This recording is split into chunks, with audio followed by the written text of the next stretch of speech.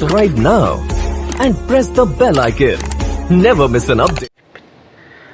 عرب کی سرزمین، بیاب و گیا وادی، سنگلاخ پہاڑوں کے بیچ موجود ایسی بستی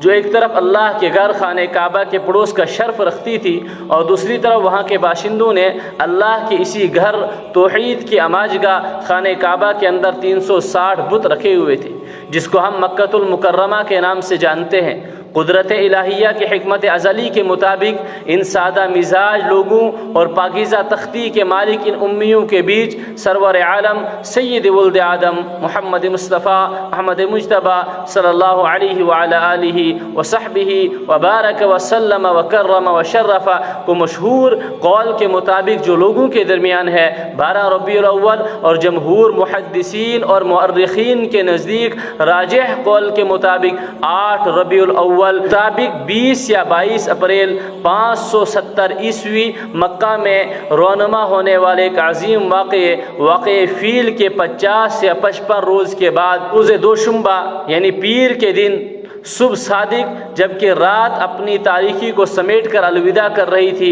اور صبح کی روشنی اور اجالے کا استقبال ہو رہا تھا، ایسے وقت میں جناب ابو طالب کے گھر ظلمت کے ویران دور میں نور ہدایت لے کر بیوی آمنہ کے بطن مبارک سے احمد مجتبیٰ صلی اللہ علیہ وسلم انبیاء کے سردار سبب وجود کائنات تشریف لائے،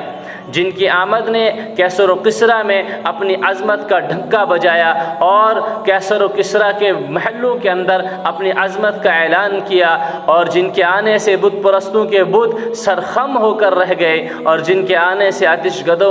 کدوں کے آتش کدے بجھ کر رہ گئے، اور اب رہتی دنیا کے لیے یہ اعلان ہو گیا کہ اب ان کے آنے کے بعد نہ کسی کے سامنے عبادت ہوگی، نہ کسی کی عبادت ہوگی سوائے اللہ کے، اور یہ ایسا نور ہدایت لے کر دنیا کے اندر آئے کہ اس سرزمین نے 570 سال کے بعد پھر اس زمین پر چمکتا ہوا ایک نبی دیکھا، اور ایسا نبی جو انبیاء کا سردار، ایسا نبی جو سب وجود کائنات، ایسا نبی جو قیامت تک آنے والا نبی، ایسا نبی جس کا نور ہدایت قیامت تک کے لیے باقی رہے گا، اور قیامت تک آنے والے لوگ اس کے اس نور ہدایت سے فیضیاب ہوں گے۔